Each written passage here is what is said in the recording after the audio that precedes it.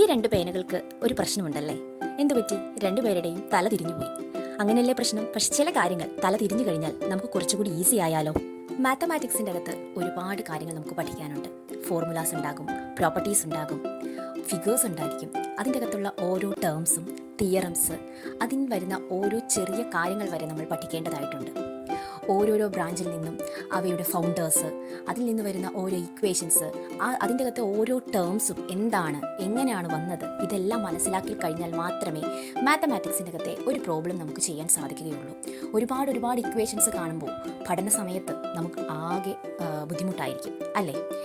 Exam അടുക്കും തോറും എന്ത് പഠിക്കണം, എങ്ങനെ പഠിക്കണം എന്ന് നമുക്ക് ആകെ ഒരു വെപ്രാളം വന്ന് എല്ലാം വാരി വലിച്ച് നമ്മൾ പഠിക്കും. ഇക്വേഷൻസ് എല്ലാം ഇമ്പോർട്ടൻ്റ് ആയിട്ടുള്ളതെല്ലാം നമ്മൾ ഓരോന്ന് മാർക്ക് ചെയ്ത് വെച്ച് പഠിക്കുകയും ചെയ്യും.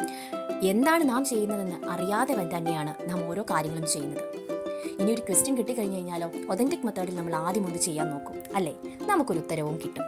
എന്നാൽ നമുക്ക് കിട്ടുന്ന ആ ചോദ്യം ചിലപ്പോഴൊന്ന് തല തിരിച്ച് ചിന്തിച്ചാൽ ആൻസർ ചിലപ്പോൾ കിട്ടിയെന്ന് വരും.